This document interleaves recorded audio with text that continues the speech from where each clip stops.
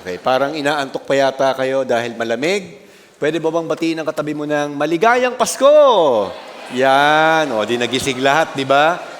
Yung iba yata sa inyo, 12 midnight, bumati na kayo ng Merry Christmas no, sa mga kaibigan ninyo.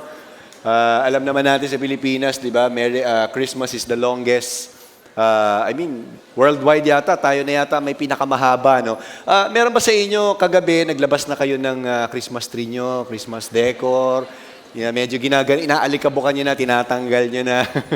But again, Merry Christmas in advance. Okay, hindi pa po Pasko ngayon. But again, my name is Richard. If you're here for the first time, meron ba dito first time mo? First time, 6 p.m. You were invited by someone. Okay, yan. Praise God. Okay. May mga first-timers po tayo dito. Dito ba sa kabila, meron ba first-timer? May manlilibre daw sa inyo mamaya. Sabihin nyo na lang doon sa nag-invite. Okay. Pero again, my name is Richard. I'm one of your pastors here. And welcome to our 6 p.m. And I think when we talk about Christmas, no, maraming elements no, sa Pilipinas. Tama ba? Bukod sa high school reunion, last year nga, may nabalitaan pa ako, kindergarten reunion. Can you believe that? May recollection ka na ba ng kinder? Nagre-reunion na sila. Siguro naman, baka naman dahil carry over hanggang college, naging magkakasama sila. No? Pero kakaiba talaga mga Pilipino no? Pagdating sa festivities, di ba? Very creative in how they would celebrate the season. And of course, the four-letter word is always exciting for a lot of Filipinos. Alam niyo ba yung four-letter word pag Pasko? Tingnan nga natin. Yan! Di ba? Tama ba? Usually may mga ganyan, ano? Meron ba sa inyo nag-aabang ka lagi ng sale? Okay? Yung gusto mong sale, yung 90%. Pastor, gusto ko talaga 90%. Bibili ako pag 90%. Mukhang wala yatang ganyan sa mga malls. Sa Shopee yata meron, alam ko, no? Medyo talagang matindi ang bagsak presyo, no? Pero hindi po yan ang pag-uusapan natin, no? Alam ko, excited lang ang karamihan sa atin. We're gonna talk about this new series, 100%. Okay? So ano bang meron sa 100%? Okay? Tiningnan ko, no? Yung 100% hindi naman siya talaga word, but it's really an idiom. Okay? And when I was looking at this, ang ibig sabihin pala ng idiom na 100%, no? It's basically completely or entirely. Okay? Completely or entirely. Ano ba intention natin sa series na to? Our intention is really to deepen our understanding no, of biblical principles on finances, on how we could handle our resources, and how we become faithful stewards of these resources so that we can honor God at the end of each day. No? Yun ang prayer natin sa series na to for the next 3 Sundays. Now, pag in-apply natin yung idiom na 100%, whether that's in workplace, in companies, schools, or even in sports teams, laging meron yan eh. Imagine if you are, meron ba dito businessman ka? You run a company of your own. Sige, taas mo lang kamay mo, okay lang.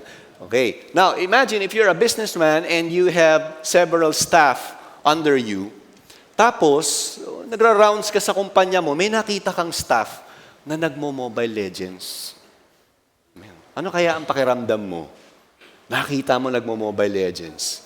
Tatanungin mo ba siya, may nabili ka na bang supply? Gusto mo bang supplyan ko pa yung nilalaro mo? Hindi mo naman gaganunin yun, di ba? Natural, you would expect your staff to give 100% or at least kung 8 hours man ang trabaho niya, tama ba? Parang hindi kayo nag-a-agree. Kumain na ba kayo? Hindi pa yata kayo nagdi-dinner. Maya-mayang konti, no? Sila kayo pala naglalaro? Okay, hindi naman, Iba, nakaka-relate pa ba kayo sa Mobile Legends? Wala na bang Mobile Legends ngayon? Meron pa rin. Yung iba yata secret, silently naglalaro.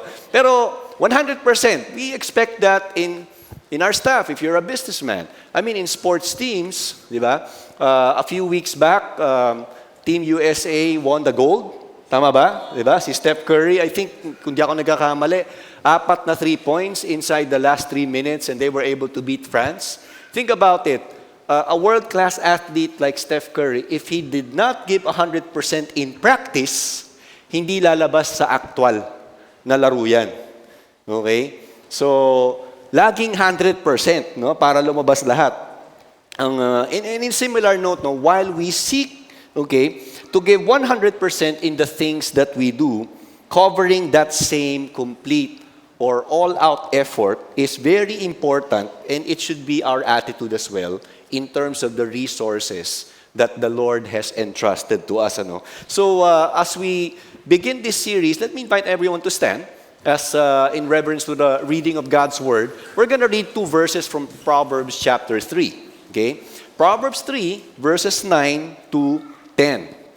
Okay? You probably are familiar with this verse if you've been coming to church. Sabi dito sa verse 9, honor the Lord with your wealth and with the first fruits of all your produce. Then your barns will be filled with plenty, and your vats will be bursting with wine. Let's all bow our heads and pray. Father, as we begin this series and really talk about the resources that you've entrusted to us, we're asking for a very clear word and revelation for each one of us. That revelation that would transform us and revolutionize the way we live our lives and the way we would handle the resource that you've entrusted to us. We thank you tonight in Jesus' name. Amen and amen. Let's all take our seats. You know, the book of Proverbs was basically written and compiled by King Solomon. King Solomon in the Bible was considered as the wisest king and one of the sons of King David. And in history, he reigned for about 40 years as king. No? In fact, one of the clear stories in 1 Kings, I think chapter 3, was at the time he was offering sacrifices to the Lord, nagtanong si Lord sa kanya, ano ang gusto mong ibigay ko sa iyo? Okay, alam mo ba kung anong sinabi niya? Ang sabi niya, Lord, can you give me wisdom?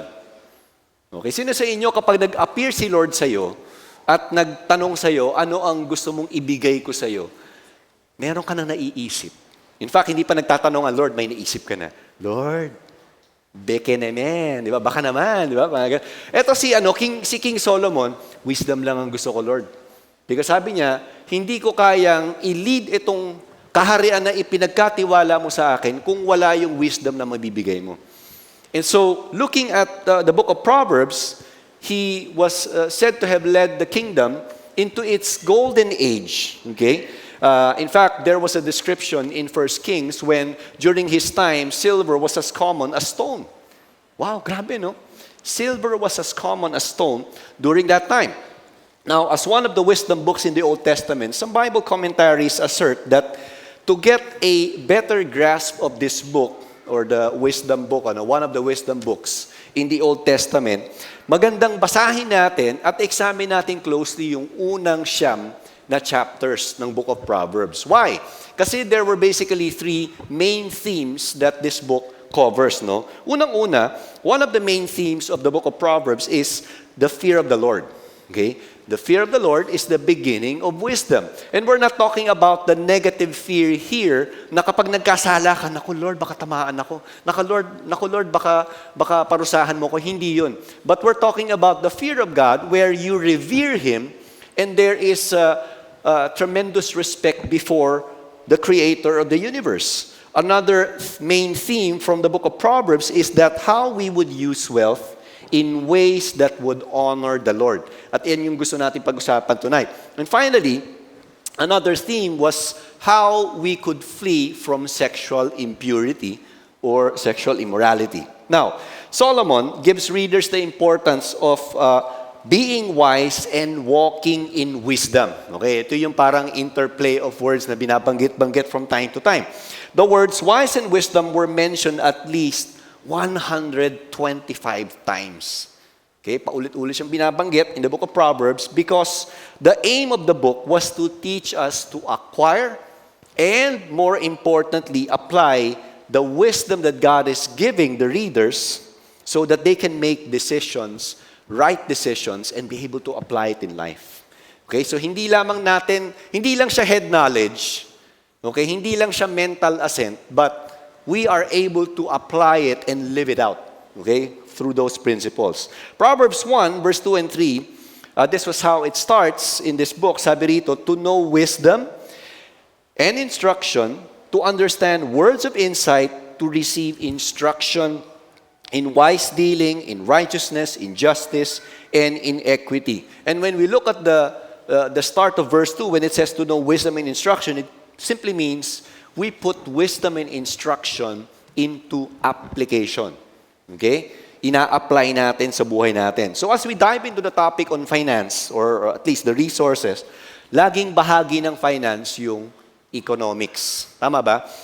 Meron ba dito economics major ka?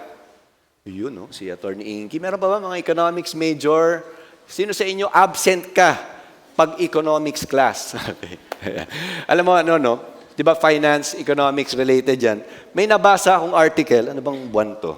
I think July 3, 2024. No? Kalalabas lang nito about 2 months back, almost 2 months ago.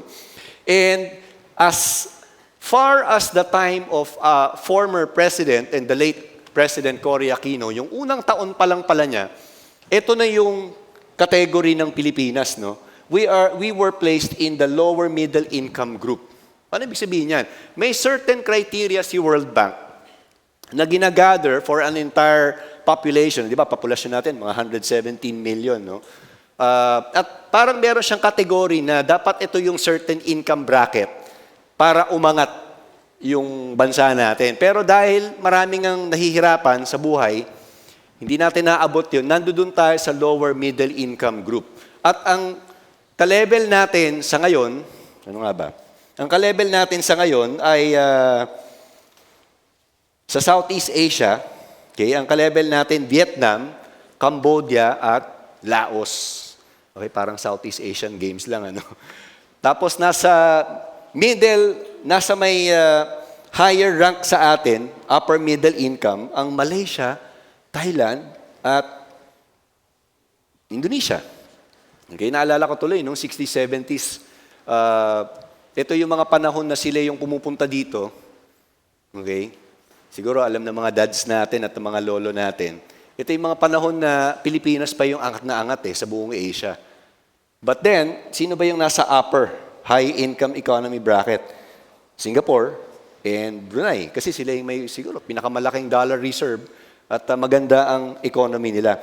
This article made me think, since times are hard these days, and when we look at the recent reports that at least sa Pilipinas, 2.1 million Filipinos are still unemployed. Ilan sa inyo nagpe-pray ka ng new job? Maybe wala kang work ngayon, you're praying for a job. Mamaya, pagpe-prayan natin yan, that the Lord will open a door. Ano pa ba? Ano pa ba mga hinaharap? Some business establishments, they're struggling. Okay, during the post-pandemic. Inflation is still affecting the prices of commodity. Ano na lang ba mabibili natin sa 100 piso? Meron pa ba? Totoo pa ba yung balita na pag may 20 pesos ka, alam niyo ba yan? Yung iba nakangiti, alam ko yan, Pastor, corneto. May corneto pa bang 20 pesos? Kalahati na lang yata. Yung ilalim na lang, pwede, no? Dati kasi naalala ko, commercial yan. May 20 ka, di ba? May corneto. Ngayon, hindi na Kasi nga sa inflation. Ano pa? Okay, so maraming financial stress na hinaharap ang mga Pilipino. No? These are some of the questions that we want to try to answer. How can we honor God with our finances? Okay? Or resources in situations like this? Paano? Diba? Ang dami nating pinagdadaanan as a nation.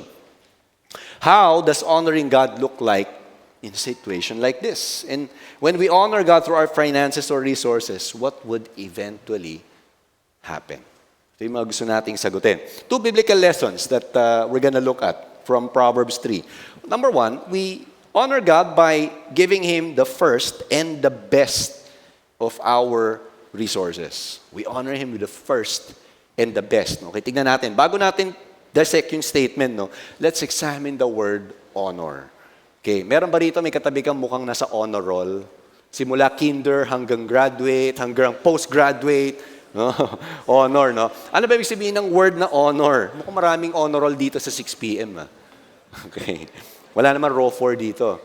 Alam niyo yung row 4? Pakitanong kay daddy at kay lolo, no? Okay. Hindi ba sa inyo nakaka-relate? Pero ano ba ibig sabihin ng honor? The word honor refers to paying high respect or high regard over someone, okay, mixed with love, devotion, and awe. And when we look at verse 9, di ba? Honor the Lord with your wealth. It simply means to show reverence. Okay?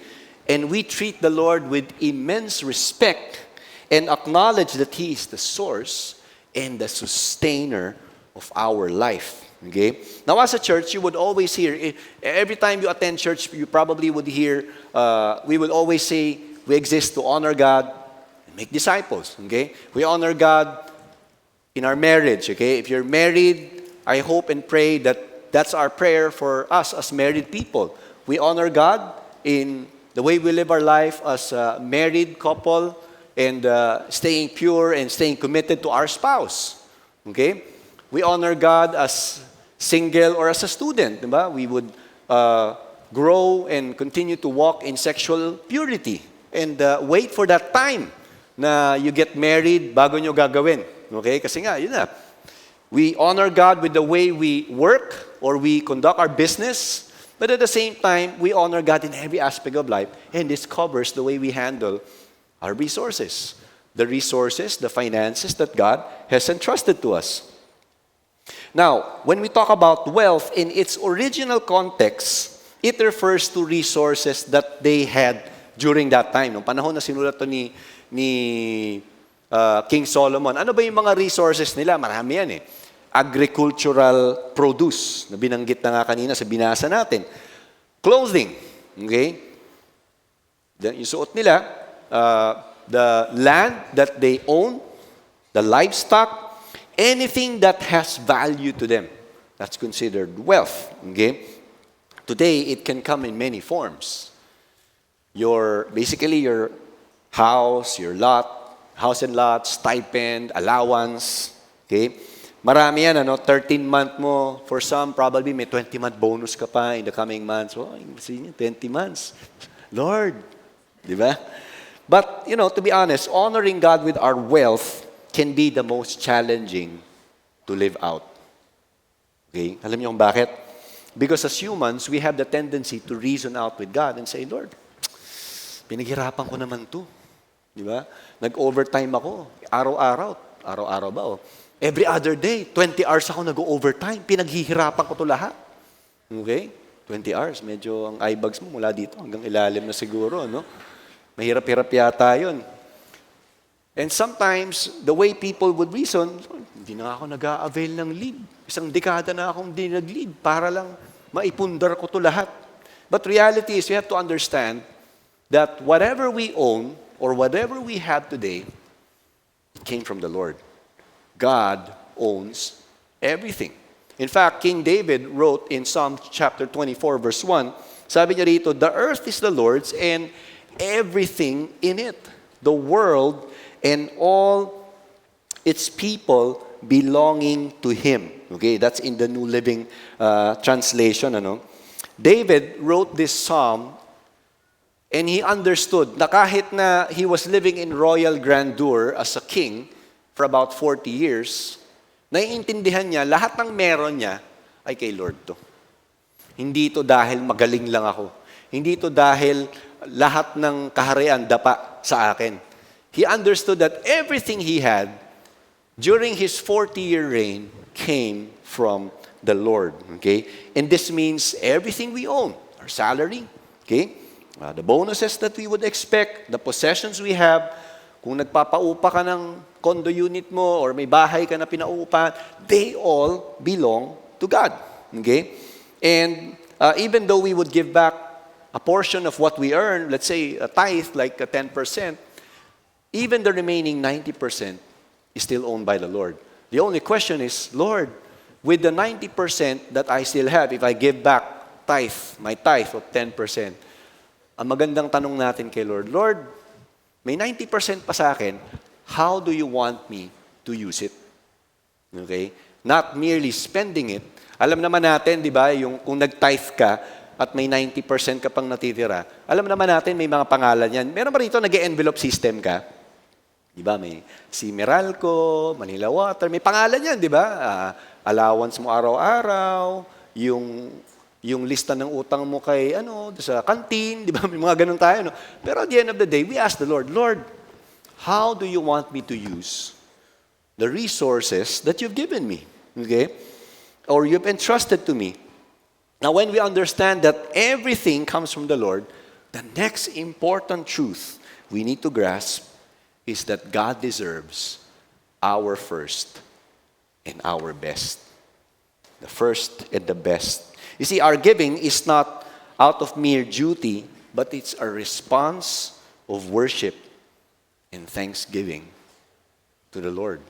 When you give back a portion of what God has entrusted to you, it's not a duty, but hopefully it's an overflow of our worship to Him and say, God, yes, you have given me skills, talent that I'm using today, but as I give back this portion, let it be a worship that would truly honor you because you alone deserve it.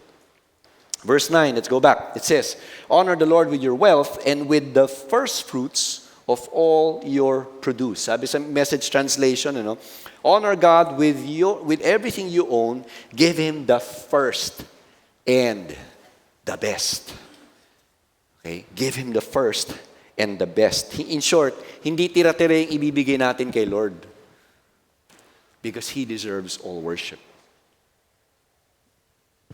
He deserves the highest praise. Exodus chapter 23, verse 19, the Lord commanded the Israelites this way. Sabi niya, the best of the first fruits of your ground you shall bring into the house of the Lord your God. You see, the first fruit, very interestingly, it was mentioned 32 times in the Bible. It comes from the Hebrew word that, na ang ibig sabihin niya, first and best of the harvest. And from the literal meaning, it's a promise to come. Okay? Meaning, the Israelites during the Old Testament, they would give the most valuable portion of their agricultural produce to God. Okay? The giving of first fruits signifies their devotion to God. Lord, itong unang ani na to, sa'yo to. Itong best, sa'yo to. Think about it, no? Now, before they left Egypt, if you remember in the book of Exodus, di ba, ano ba nangyari? Bago sila umalis ng Egypt, what happened there? The Lord commanded Moses to tell the Israelite community, I think they were in Goshen at that time, to kill a lamb, and with that blood from coming from the lamb, they dipped the hyssop, and then ilagay nila sa doorpost. Naalala niyo pa ba yun? Okay? Di ba? So nilagay nila yon. So pag dumaan yung angel of death, the angel of death will pass over that Israelite or the Israel family.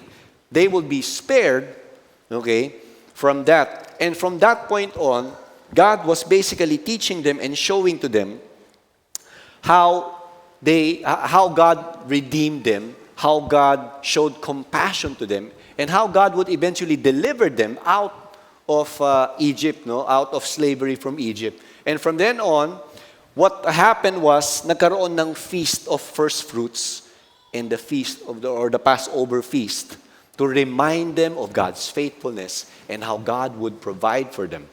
And so, in return, ang desire ni God is to teach them to give the best to Him.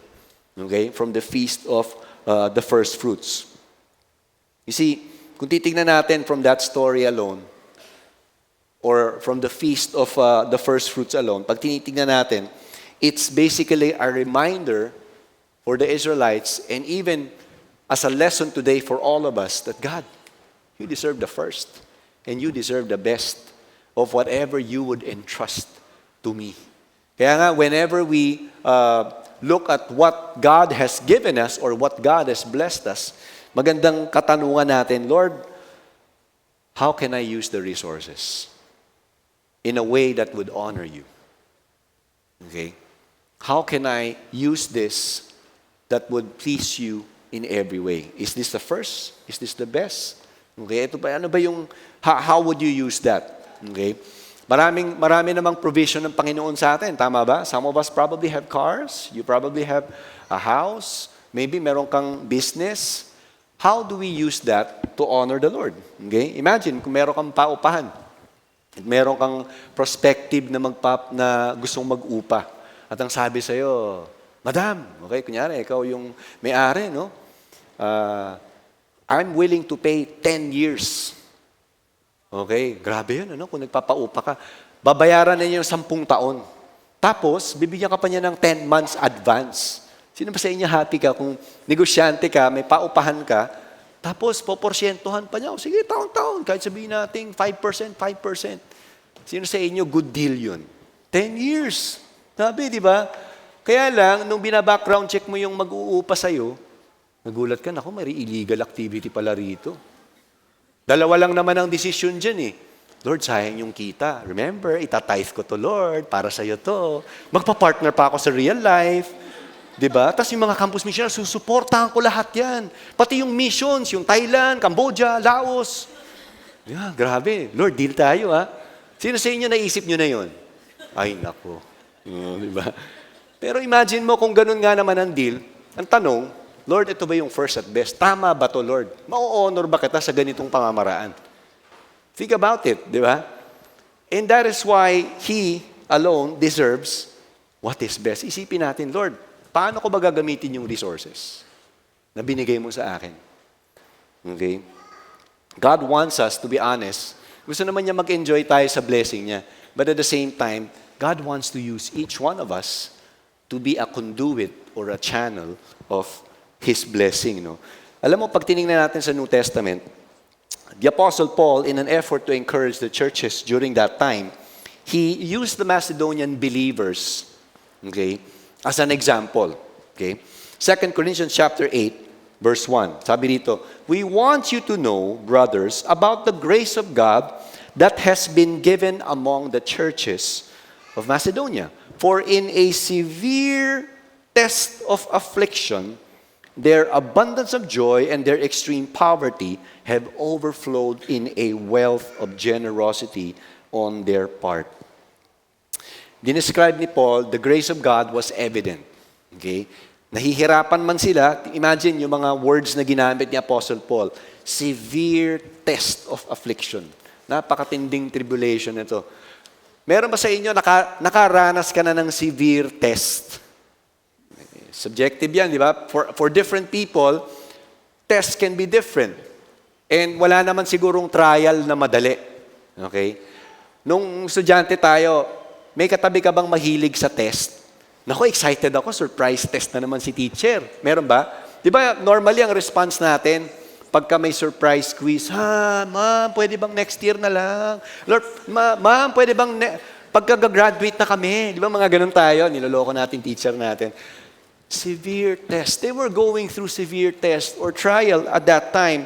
But, kung titignan natin, they still had an abundance of joy. Napakahirap ng pinagdadaanan nila. Pero alam mo yun, nagbabubble yung heart nila ng kaligayahan. Why? Okay? They were overflowing in a wealth of generosity. Parang hirap, no? Parang hindi magtugma. Nagdadaan sila sa napakahirap na sitwasyon, pero umaapaw din sila at gusto nilang mag-participate in giving. It doesn't make sense, no? Kung titingnan natin, ano?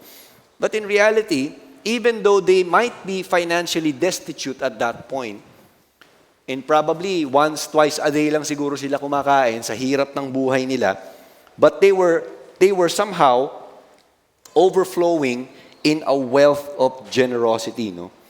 The word generosity comes from the Greek word hapoletos, which means simplicity, sincerity, and not self-seeking. No? Even though it may not make sense, nahihirapan sila, pero excited silang magbigay, di ba? They are excited to participate. Alam mo kung ano yung sikreto nila? Wala silang luho. And titignan nating mabuti, no?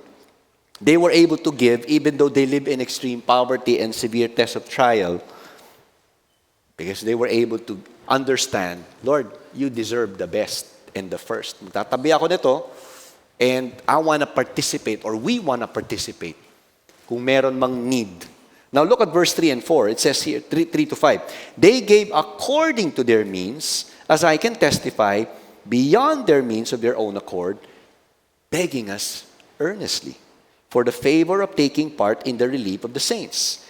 And this, not as we expected, but they gave themselves first to the Lord, and then by the will of God to us. Now, look, the Apostle Paul used the word, they were begging to participate.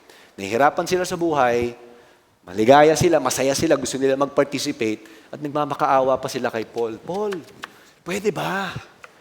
Di ba? Di ba, nakakaranas siguro tayo from time to time, no, kung nagda-drive ka sa Metro Manila, or maybe nakasakay ka sa Grab taxi, tapos may kumakatok sa bintana ng sasakyan mo, yung sinasakyan mo, at humihingi sila normally ng pera. Tama ba? Pero ito, baligtad. Sila ang kumakatok siguro kay Apostle Paul. Paul, pwede bang mag-participate kami sa giving? Di ba, meron kaming naitabi. Imagine mo kung may 10 piso sila, may naitabi kami 10 piso, yung 5 piso gusto ko ibigay.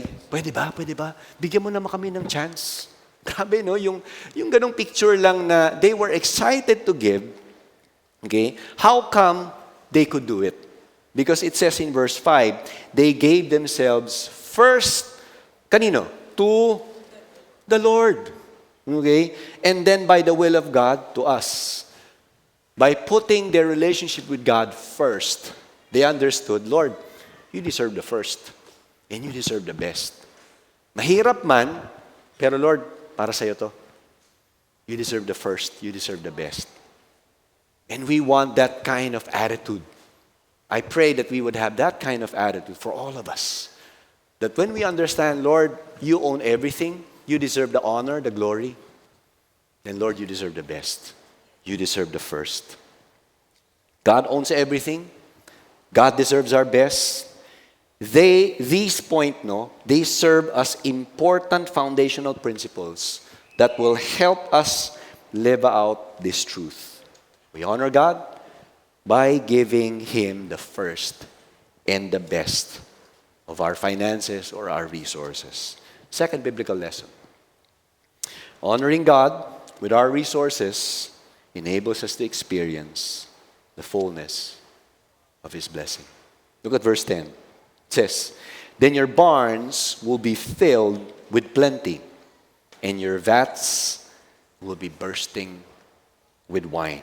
See, when we understand that God owns everything, He is the ultimate source of our provision, then it simply follows that in God's hands, resources are unlimited.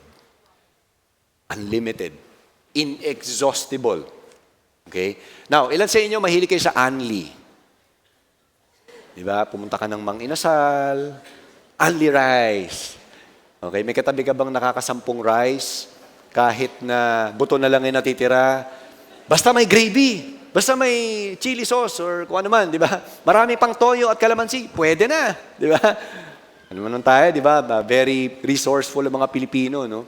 But imagine, diba? Pagka unlimited, pag sinabi nating unlimited, parang hindi na uubos. Diba? Yun yung thinking eh. Tama ba?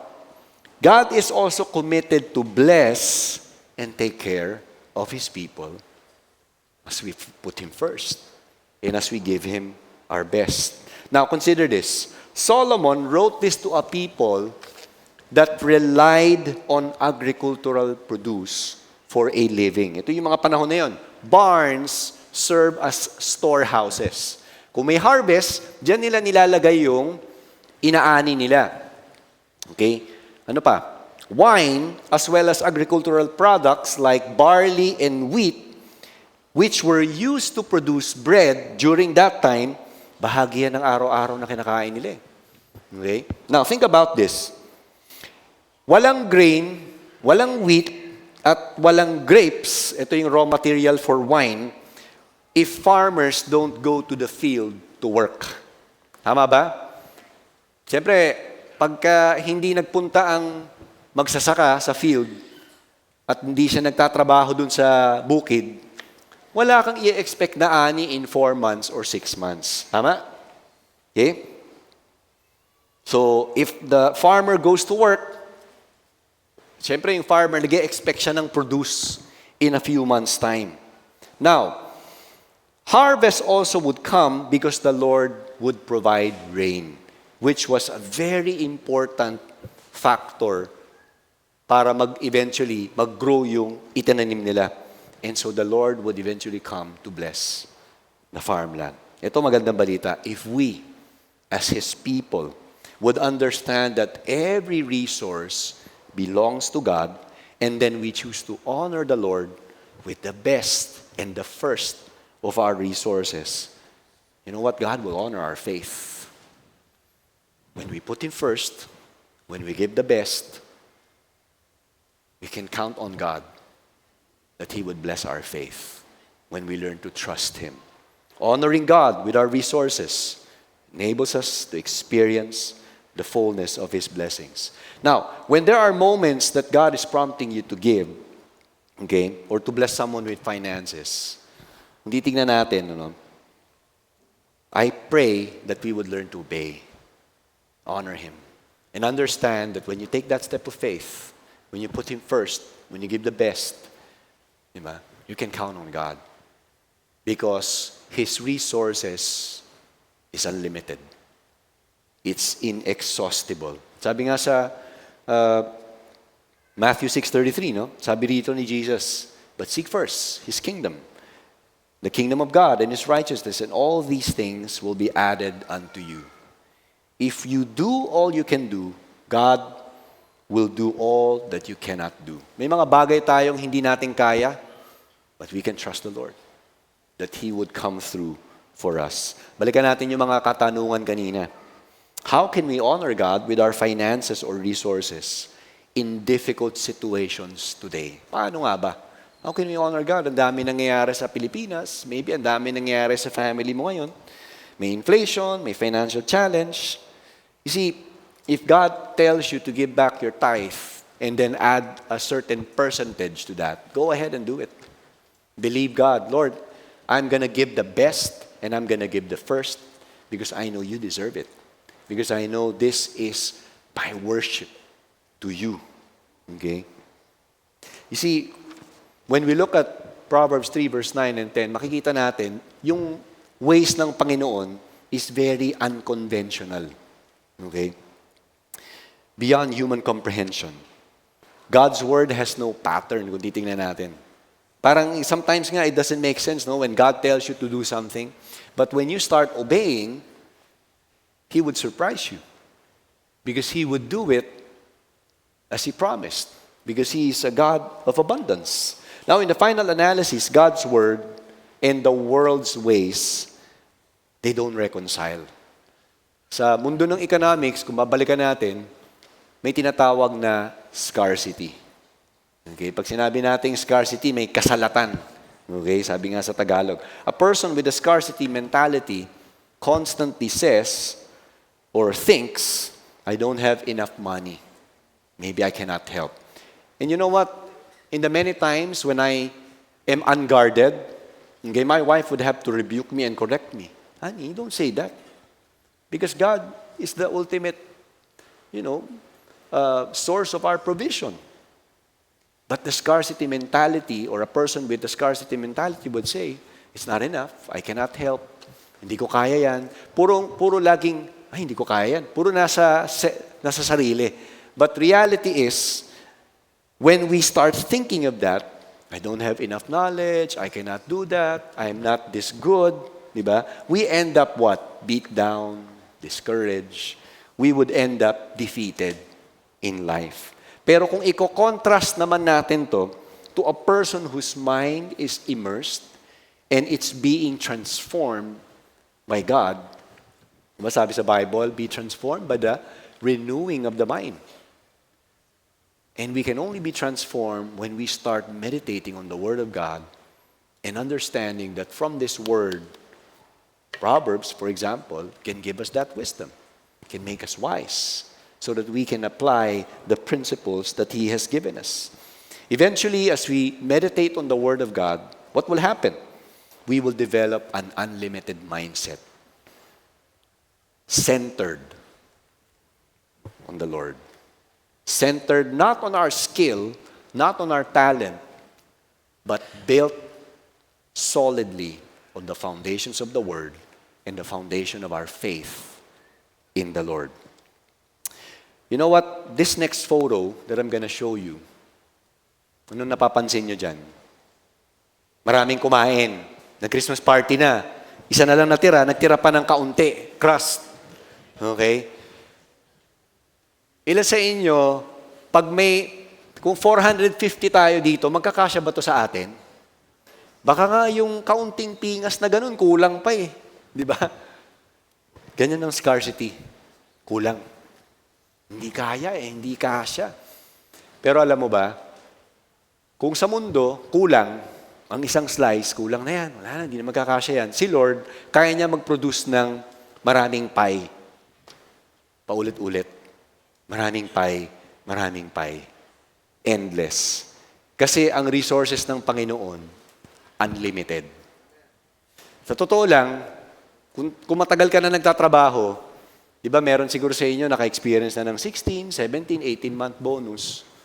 Meron ba? Huwag na taas kamay mo, baka magpalibre yung katabi mo mamaya. Pero imagine mo yung 18-month bonus mo ba last year, dyan pa? Naku, ubus na. Nandun na kay SM. Na kay Shopee na. Di ba, na kay Lazada na. Tama ba? Naibigay na natin, nagamit na natin. Naubos na, in short. Pero kay Lord, when we give our first and our best, and when we understand He owns everything, hindi mauubos ang supply. The resources will be unlimited pag kay Lord tayo pupunta. At pag ibibigay natin yung best natin sa Kanya, He said, what? He said in verse 10, the barns will overflow. The vats will brim over with new wine. That's the promise of the Lord. As I close now, Proverbs 3, verse 5 to 6, sabi rito, trust in the Lord with all your heart, and do not lean on your own understanding. In all your ways, acknowledge Him, and He will make your paths, or He will make straight your paths. When we talk about trust in this particular verse, it means to put your confidence. Kanino? Kay Lord. We can be secure in this Lord of ours because He is faithful. He is ever reliable. By trusting the Lord with all our hearts, ang ibig sabihin na to, we make a conscious decision each day not to go back to our default thinking, scarce, kulang, hindi kaya. But we go back to the Lord and say, God, the resources are unlimited pag sa inyo galing. God, you own everything. You own what I have in my wallet, in my bank account. You own all these. Tell me what you want me to do with this resource. So that as I obey and I give my first and my best, I will be able to honor you. And you will be able to do what you promise as well. The vats will brim over with new wine. That's the kind of God that we have. Two things, or basically two thoughts. We honor God by giving Him the first and the best of our finances. And honoring God with our resources enables us to experience the fullness of His blessing. Why don't we stand right now?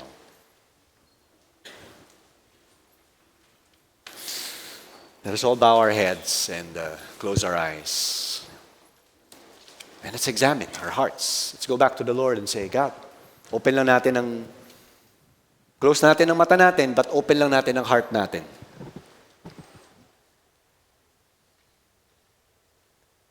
Thank you, Jesus.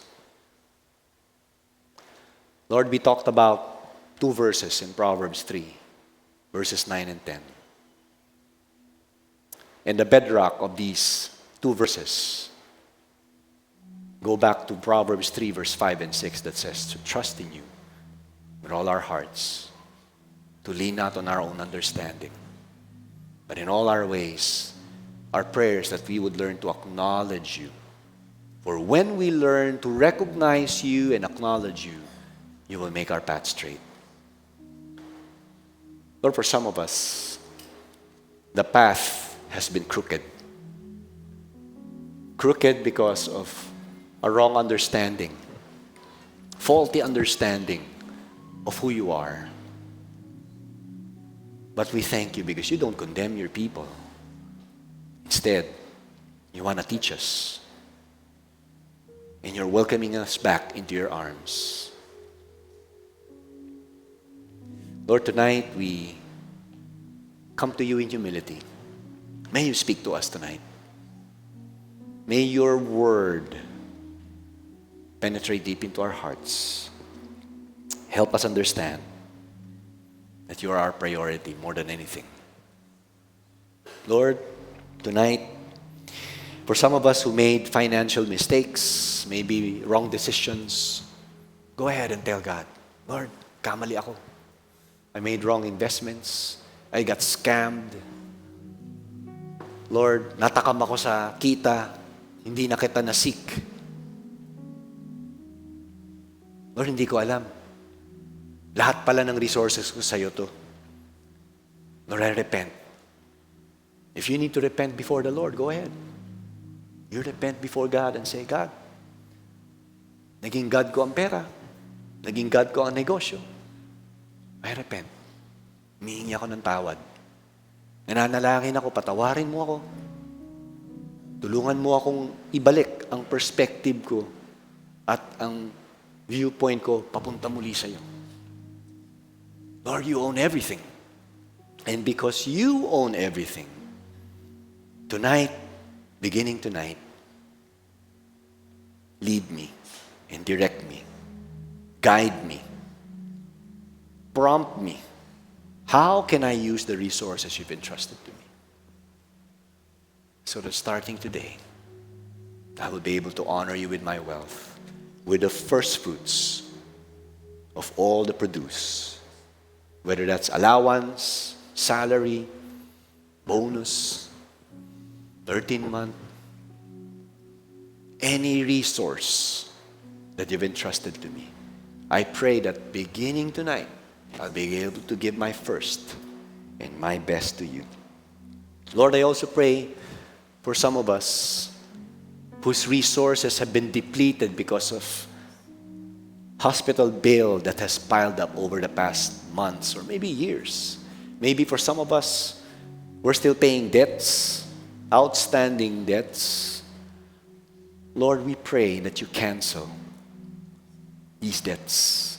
We pray that you set your people free from debts and instead give us that financial freedom and flexibility to be able to bless others again, Lord Jesus. Lord, we thank you. We're declaring by faith that this year would be the year of the Lord's favor.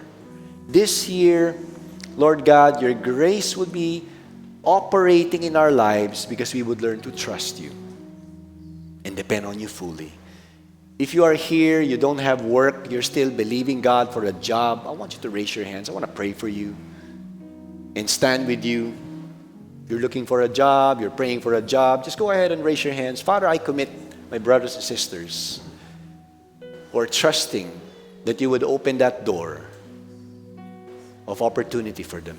Lord, we pray that it's not just an ordinary job, but it's a job or even a career path that you have already set for your people, Lord God.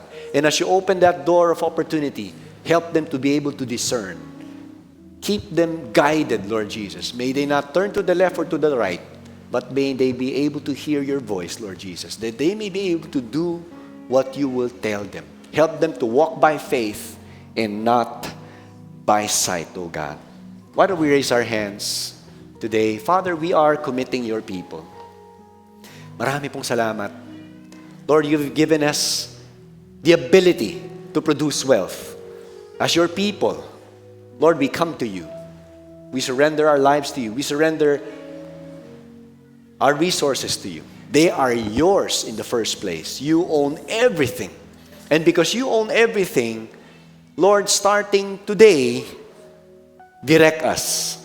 What you want us to do with these resources, direct us. Help us to stay true to your word.